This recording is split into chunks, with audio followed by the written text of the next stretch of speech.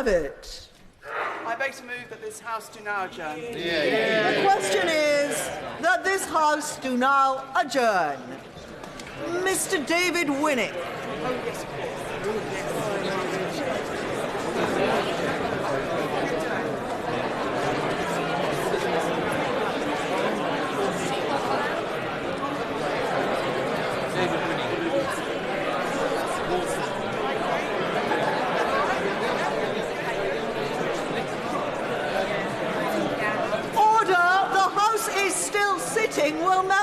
Will members who are leaving please leave?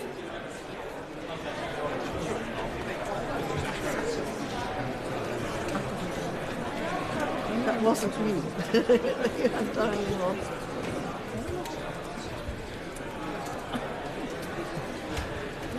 Mr. David Winnick. Here. Madam Deputy Speaker, I'm pleased to have this opportunity of discussing a matter which is of concern to my constituency and indeed to the Black Country. In May 2011, I received a letter from the then Education Minister telling me that the Black Country University Technical College was to be opened in my constituency in September. A funding agreement had been entered into for this to happen. A year later, the Baker Deering Educational Trust, which is the body which promotes such colleges and certainly plays an active role in these matters, wrote to me and said that more such colleges were being opened across the country. The age group involved were 14 to 19-year-olds. As was emphasised by ministers and the Trust, the purpose in such colleges, as the name implies, is to provide an intensive and advanced technical schooling, combined with a normal secondary education. The hours are somewhat longer. It's from 8:30 in the morning to 5:30. And one of the aims, apart from obviously what I've mentioned, the type of education provided, was to improve behaviour and reduce truancy. Well, we're all in favour, of course, of such aims and objectives. And indeed, I was told that a good deal of this had already been achieved. The cost of equipping each UTC was at that time around 10 million. The Minister may want to query or give us the latest figure. The money, and this needs to be emphasised, the money for UTCs, obviously for secondary schools, academies, whatever the designation is, as far as state education is concerned, the money inevitably comes, and rightly so, from the public purse. So these UTCs are funded 100%, as to be expected. There's no criticism about that from the Exchequer, as all state education is. However, the University Technical College in Walsall opened just 4 years ago, as I've said, in 2011. In fact, it was one of the first 5, Madam Deputy Speaker, in England. Now, out of those first 5, one in my constituency, as I've already stated, and the purpose of this debate is to close. Another one in Hackney, London, is to close at the same time. And of the first 5 to continue, another one has, I understand, a question mark over its future. The Baker Deering Trust has brought out, indeed, I should put it in the past tense, had brought out a rather glossy report to celebrate such colleges. It certainly is a glossy piece of work. I'm sure the Minister has seen it. And needless to say, everything in there, the pamphlet, is positive and successful, hardly anything which is negative, and nothing could be better, apparently, and it had plenty of quotes from well-known figures. I want to make it clear in Yes, of course. Like the honourable gentleman, and he refers to the Technical College in Walsall. In my constituency, the Technical College, or the further education colleges as it is now, prepares people and trains people for future employment. Has the honourable gentleman been able to ascertain the impact that the closure of this college will have upon the employment prospects of the young people in the area? That would concern me, and I'm sure it concerns him as well. That undoubtedly is a useful intervention. And to some extent, I will be mentioning this. And I'm glad the honourable gentleman has intervened. I accept, and I want to make this quite clear from the start, there is much to be said for an extensive and advanced technical education, not least in the Black Country. In these boroughs, the 4 boroughs, certainly my own Walsall, such skills are necessary. New and later skills are much in demand. I'm sure my honourable friend from Walsall South totally agrees, and the honourable lady from Aldridge Brownhill who is in attendance. And these skills are to a large extent to replace the older, tends to be described the metal bashing industries. More potential engineers, male and female, and others with specialist skills would certainly be welcomed by employers. So there's no dispute about this. It's not part of my case that such extensive and advanced technical education, which I've described, should not be given. It's not part of my case at all. How it's given, how it should fit into secondary education, is perhaps another matter altogether.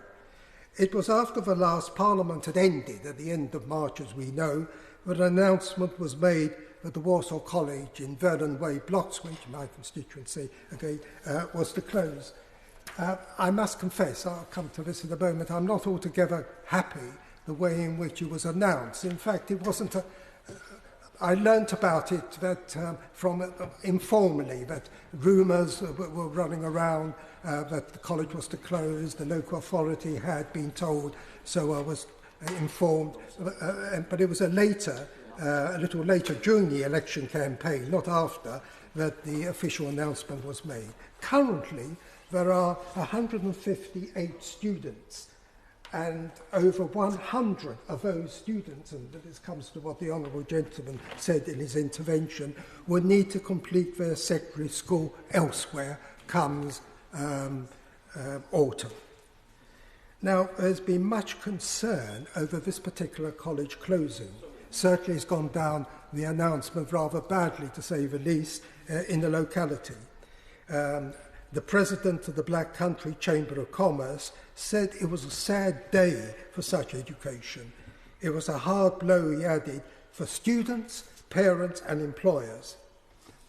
Now I come to the Ofsted report. The Ofsted report on the college was indeed highly critical. The inspection was carried out in March. And I said a few moments ago about the glossy pamphlet which had been sent out to us, everything positive, everything successful, and the rest of it. The report, the Ofsted report into the Walsall College said that student achievement was inadequate, teaching was weak, attendance was well below average, and discipline simply was not good enough. Moreover, Ofsted was critical as well of the governors and sponsors. They criticised the fact that the governing body had failed to understand how students were doing and to tackle what Ofsted has described as the underperformance of staff. It also says, in all fairness, that the more recent principal has done good work in trying to improve standards, and that should be said on the record. I must say that the decision to close and the manner in which it was done doesn't seem to me to provide much confidence in the way in which the UTC was governed. However, and this is a point that shouldn't be overlooked, the Ofsted report, however critical, and indeed it was highly critical, as I've already said, made no recommendation for it to close. The special measures was stated for the college to be put in, and which is the normal way. When Ofsted makes a highly critical report, it doesn't normally state that the institution should be closed, and it didn't do so in this case. So I asked the Minister, when was the Education Department notified over closure? Was it at the same time as the official announcement was made locally? And recognising the weaknesses, acute weaknesses in the Ofsted report, was the Department of Education kept informed over the last, say, 2 or 3 years? Or did it come as some kind of surprise to the department? What is the link? And this would be interesting to hear from the Minister. What is the link between UTCs and the Department of Education? The Department of Education funds its taxpayers' money, as rightly so. I mean, are reports made to the Department of Education? Or was it a case that the Department of Education did not realise what the situation was as far as the Walsall UTC was concerned until the Ofsted report? So some answers there would be useful. Now, it's interesting, but in his first speech as Prime Minister in this Parliament, the Prime Minister had an intervention from a Tory backbencher who asked about UTCs and said how useful they were, and the Prime Minister's response couldn't have been more enthusiastic. All that I would say, bearing in mind not just the college which I'm speaking about, but the other closure of the first 5 in August, the one which has a question mark about it, is there not a case to pause as far as the Department of Education is concerned and look what has happened over the last 4 or 5 years? Just simply to say university technical colleges are necessary, they provide the sort of education which is useful. I've mentioned all this, I don't disagree with it, but a time to pause, to reflect. I just conclude, Madam Deputy Speaker, by saying that I quoted what the President of the Black Chamber, the Black Country Chamber of Commerce said about being a blow to the locality. It is, I want to emphasise, a heavy blow. Much enthusiasm was felt. One didn't know much about UTCs. The site was on a former secondary school. One felt that this would be a successful adventure. It hasn't proved to be. It's a very unfortunate. And perhaps the Minister has the latest information about the alternative places that the students who haven't completed their secondary education will be going to.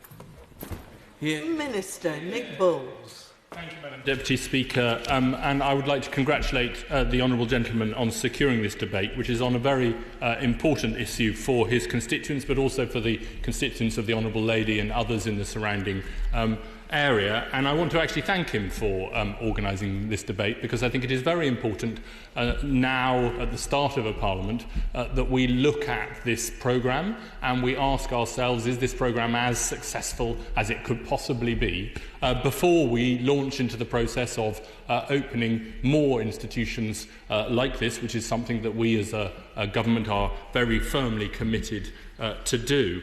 I will try and answer his questions, but if he at any point wants to intervene to press any particular questions, then I'm obviously happy to take such interventions. If I may start, Madam Deputy Speaker, by welcoming the fact that the Honourable Gentleman acknowledged how important it was that we provide high-quality technical education in all parts of the country, but that perhaps particularly that we need to create new institutions that can focus on technical education in a different way and to a different level and with a different level of focus than perhaps has been available in the existing institutions, whether in schools or in FE colleges. And that's why it is very welcome to hear him say, and also other members of his party say, that the principle of a university technical college is one that they support just as we support it, and it is one where we feel that there is a real contribution that can be made by these new institutions. And I'm sure that the honourable gentleman will accept that when you are trying to improve and innovate, you do have to take some risks. You do have to be willing to set up new kinds of institutions that haven't been tested within the system and try new ways of doing things, and that it is always going to be right for government to be willing to back certain risks, so long as those risks are calculated and are well monitored and are well judged, and if unfortunately the risk does not pay off, that then there is a proper process of investigation to understand what went wrong, what failed, and what lessons should be learned for future such projects. If I could just now get briefly into the particulars of the University Technical College that closed so sadly in his area. I mean, firstly, Madam Deputy Speaker, it is of course a huge matter of regret that this college has been forced to close so soon after it opened and after so much taxpayers' money has been invested in creating this institution, but also more than just money, as so many hopes have been raised in his area about the potential for the college to contribute to the chances for young people.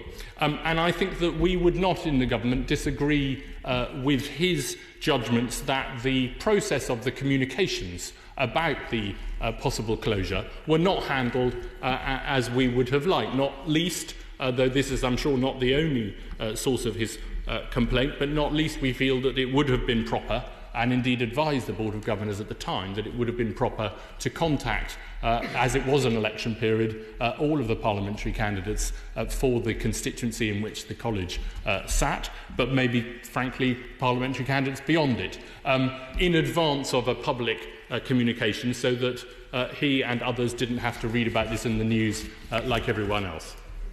About my not being notified.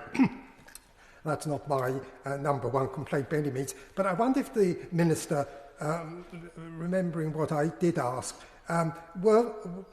was the Department of Education notified beforehand over the last 2 or 3 years what was happening? I mean, did the Ofsted report come as a complete surprise, or was the department, the Minister himself may not have been involved at the time, did they know what was occurring? Did they communicate with the college and ask, well, look, this doesn't seem very good, taxpayers' money and the rest of it, as he said, what steps are being taken to improve the situation? Madam Deputy Speaker, I was going to come on to what we knew, both in this specific case but also more broadly, what is the monitoring process. If I could just start with the closure, and then I'll sort of work backwards if I may. The first that the department heard about the possible closure being proposed by the Board of Governors was on the 17th of March, which was after the second Ofsted inspection, which had produced such a damning report.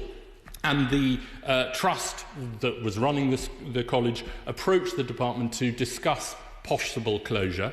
What the department then did through the Regional Schools Commissioner, who has responsibility for all of the schools including the UTCs in that region, was to look at alternatives for the UTC, because obviously it would have been hugely preferable if it had been possible to transfer the University Technical College into another academy group or another relationship with other more successful institutions so that it could remain open. And I think it was quite proper that that process was done swiftly. Obviously, it was getting very, very close to the start of PERDA and of the election campaign, but that work was nevertheless done.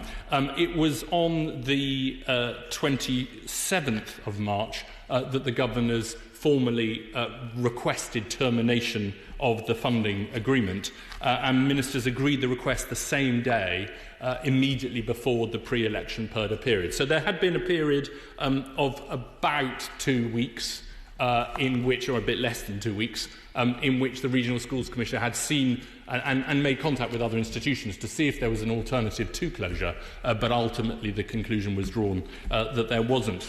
More generally, he asked very properly what is our general oversight and communication channels. And because the University Technical College programme is a small one and a relatively new one, it receives quite a lot more attention, regular attention, in the department than would be the case for schools or ordinary schools, of which there are many thousands around the country. So there are regular monitoring meetings at the officials level, and also ministers get involved also in regular monitoring meetings. Those are looking both at the proposals for new university technical colleges, but also, of course, at any university technical colleges which seem to be having problems, whether financial problems or problems in terms of their Ofsted inspections and the quality of the education, or sometimes problems of recruitment of students. So it would not have been a surprise to the department or to officials that this college was in trouble.